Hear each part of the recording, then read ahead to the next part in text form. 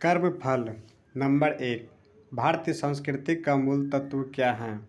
भारतीय संस्कृति का मूल तत्व है धर्म जो सबको धारण व पोषण करता है। वह धर्म है जिसके माध्यम से भौतिक और आध्यात्मिक उन्नति होती है। वह धर्म है। नंबर 2। धर्म का मूल क्या है?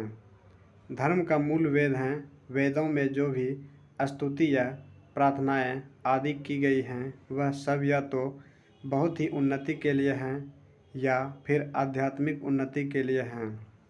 नंबर 3। वेद किसके लिए हैं? वेद के भी केंद्र में किसी को माने तो यह सारा प्रयास आत्मा की उन्नति के लिए, आत्मा को हानि से बचाने के लिए ही हो रहा है।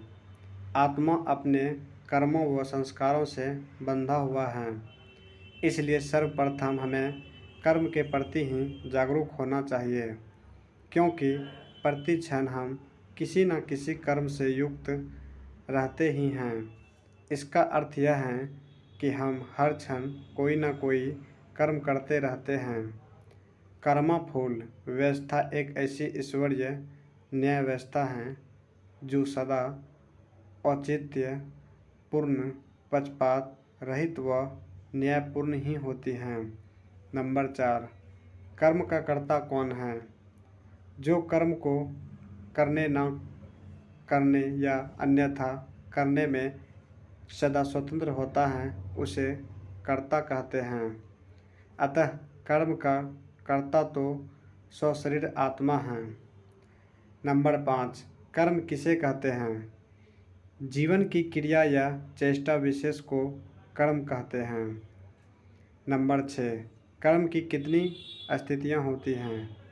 कर्म की 3 स्थितियां होती हैं। क्रियमान कर्म, संचित कर्म, प्रारब्ध कर्म। जो हम अभी कर रहे हैं उसे क्रियमान कर्म कहते हैं। जो हम कर चुके हैं उसे संचित कर्म कहते हैं। जो कर्म विपाक को प्राप्त हो चुके हैं अर्थात फल देने के लिए उन्मुख हो चुके हैं उसे प्रारब्ध कर्म कहते हैं। इसी को भाग्य भी कहते हैं। कर्म कितने प्रकार के होते हैं? कर्म 4 प्रकार के होते हैं। पुण्य कर्म, धर्म या शुभ, पाप कर्म, अधर्म या अशोक, मिश्रित कर्म, दिव्य कर्म। दिव्य कर्म को है निष्कासन कर्म भी कह सकते हैं, अर्थात जिससे व्यष्टि और समष्टि मुक्ति की तरफ जाने के तरफ चल पड़ती हैं। उपरोक्त 3 प्रकार के कर्म सभी सामान्य जनों के होते हैं तथा चौथे निष्काम कर्म या दिव्य कर्म केवल योग्यों के ही होते हैं।